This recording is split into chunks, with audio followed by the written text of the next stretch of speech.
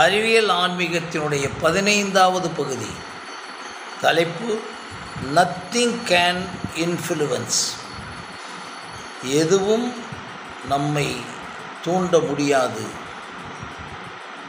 எதுவும் நம்மை ஆக்கிரமிக்க முடியாது. நத்திங் கேன் இன்ஃப்ளூவன்ஸ் என்பது ஒரு மனிதனின் சமாதி நிலை போன்றதாகும். பசியோ வலியோ பாசமோ காமமோ தானாகவே எழுந்து இயற்கையாக இருந்தால் அதற்குரிய நிகழ்வு இயற்கையாகவே அமைந்துவிடும். அதாவது உண்மையிலே பசிக்கும் போது உணவு உட்கொண்டால் அந்த உணவினால் உடலுக்கு ஒரு தீவினையும் ஏற்படாது. பறவைகள் மிருகங்களை பார்த்து உணர்ந்து கொள்ளலாம். அவைகளுக்கு எப்போது பசி ஏற்படுகிறதோ அப்போது மட்டுமே அதற்குரிய அளவான உணவை எடுத்துக்கொண்டு அவைகள் மற்ற எல்லாவற்றையும் மறந்துவிடும். அதை போன்று தான் அவைகளுடைய பாலியல் நிகழ்வுகளாகும். இதனால்தான் எந்த பறவைக்கும் மிருகங்களுக்கும் சர்க்கரை நோயோ இதய நோயோ கிட்னி நோயோ இரத்த அழுத்த நோய் போன்ற எந்த நோய்களும் வருவதில்லை. ஆனால் மனிதனுக்கு இவ்வளவு நோய்கள் ஏற்பட்டதற்கு அவனுடைய எண்ணங்களுடைய மாற்றங்களும் தான் காரணம். அம்மனிதனின் உணவு பழக்கங்களும் உணர்வு முறைகளும் பாலியல் பழக்கங்களும் மிக மிக அதிகமாகி அளவிற்கு மேல் போய்விட்டன. உணவும் பாலியலும் பாசமும் வலியும் மனிதனை இன்ஃப்ளூவன்ஸ் செய்து விட்டன. அதாவது மேலாதிக்கம் பண்ணிவிட்டன. இவைகளிலிருந்து மனிதன் முதலில் விலக முற்படுவதற்கு முன்னர் அவனுடைய ஒப்பீடுகளினால் கம்பேரிசன் ஆசையும் பேராசையும் பொறாமையும் ஆணவமும் தோன்றிவிட்டன. இந்நிலையில் பேராசையும் பொறாமையும் ஆணவமும் மனிதனை மேலும் மேலும் இன்ஃப்ளூவன்ஸ் செய்கின்றன. வெறும் வார்த்தைகளினால் இன்ஃப்ளூவன்ஸில் இருந்து வெளியே வந்துவிடுங்கள் என்று சொன்னால் மனிதன் வெளியில் உடனே வர முடியாது. பேராசையும் பொறாமையும் ஆணவம் கொண்டதால் எப்படியாவது உலகில் எல்லோரும் தன்னை மதிக்க வேண்டும் என்ற நோக்கோடு பதவியையும் பணத்தையும் எப்படியும் சேர்க்க வேண்டும் என்று சேர்த்து விடுகின்றன. இப்பதவியும் பணமும் புதுவிதமான பேராசைகளையும் ஆடம்பரங்களையும் கற்றுக் கொடுத்து மனிதன் மேலும் மேலும் இன்ஃப்ளூவன்ஸ் ஆகிவிடுகிறான். இப்படி இறக்கும் வரை ஒவ்வொரு வினாடியும் மேற்கூறிய பல்வேறு முறைகள் தொடர்ந்து இன்ஃப்ளூவன்ஸ் பண்ணிக்கொண்டே இருக்கும்போது அந்த மனிதன் தன் நிலைக்கு வந்து சுதந்திரமாக இருக்க முடியாது.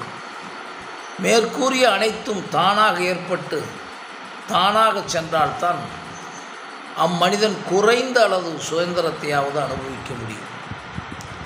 ஒவ்வொரு நொடியும் அவனுடைய உடலும் அறிவும் அவனை இன்ஃப்ளூவன்ஸ் பண்ணிக்கொண்டே தான் இருக்கின்றனர். இவ்வளவு மேலாதிக்கத்தையும் ஒன்றுமில்லை என்று உடனே தள்ளிவிட முடியாது, உதறி தள்ளிவிட முடியாது.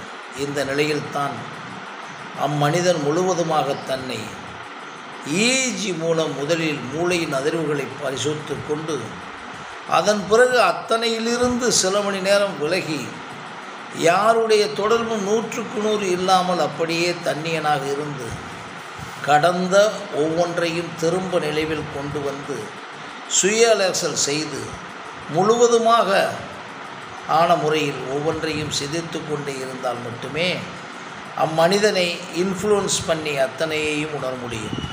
Otherwise it would be impossible to identify his influence. இதை தவிர வேறு எந்த முறைகளிலும் அவன் தன்னை ஆக்கிரமித்த எதையும் கண்டுபிடிக்க முடியாது. அப்படி எது மேலாதிக்கம் செய்தன என்பதை தீர்க்கப்படுத்தி பார்க்கும்போது தான் அவன் அதிலிருந்து எதையெல்லாம் உடனே இன்ஃப்ளூவன்ஸ் செய்யாமல் ஓரளவுக்கு நிறுத்தி வைக்கலாம் என்பதை உணர முடியும்.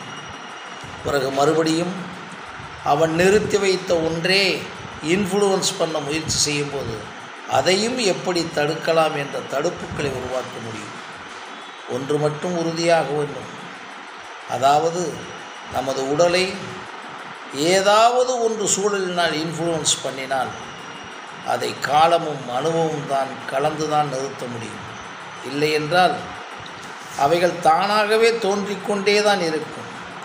குறிப்பாக ஆணவம் என்பது எப்போதும் எங்கிருந்தும் நம்மை அறிந்தும் அறியாமல் எழுந்து இன்ஃப்ளூயன்ஸ் பண்ணிவிடும். அந்த மாதிரி தான் நாக்கின் சுவையும் இன்ஃப்ளூயன்ஸ் பண்ணிவிடும்.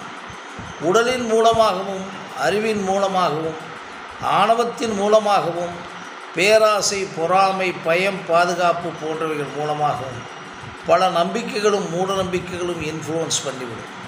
இதோடு முன்னோர்களின் கட்டுப்பாடுகளினாலும் மதங்களின் கலாச்சாரங்களினாலும் ஏற்பட்ட மாயையும் மனிதனை இன்ஃப்ளூயன்ஸ் செய்துவிடும். இத்தனையில் இருந்து ஒரு மனிதன் விடுதலை அடைந்தால்தான் அவன் சுதந்திரத்தின் முதல் வாசலை தொட முடியும். இதை அடைய அதற்குரிய காலமும் அம்மனிதனின் வாழ்வியல் நிறைவுத்தன்மையும் ஒத்துழைக்க வேண்டும். காலம் கடந்து போய் வாழ்வியல் நிறைவுத்தன்மை ஏற்படாவிட்டால் அவன் அமைதியை இழந்து விடுவான். உடலியல் சம்பந்தமாகவும் உணவு முறை சம்பந்தமாகவும் உணர்வு முறை சம்பந்தமாகவும் அறிவின் தாக்கம் சம்பந்தமாகவும் ஆணவத்தின் தாக்கம் சம்பந்தமாகவும் மனிதனை ஏதாவது ஒரு வகையில் உணர்வுகள் மேலாதிக்கம் செய்ய முற்பட்டு கொண்டே இருக்கும். இவைகள் அனைத்தையும் மிக தெளிவாக நிதானத்தோடு இனங்கண்டு செய்து தடுக்கும்போது தான் இன்ஃப்ளூவன்ஸிலிருந்து தப்பிக்க முடியும். தலைப்பு: இன்ஃப்ளூவன்ஸ் அண்ட் டிரான்ஸ்ஃபர்மேஷன்.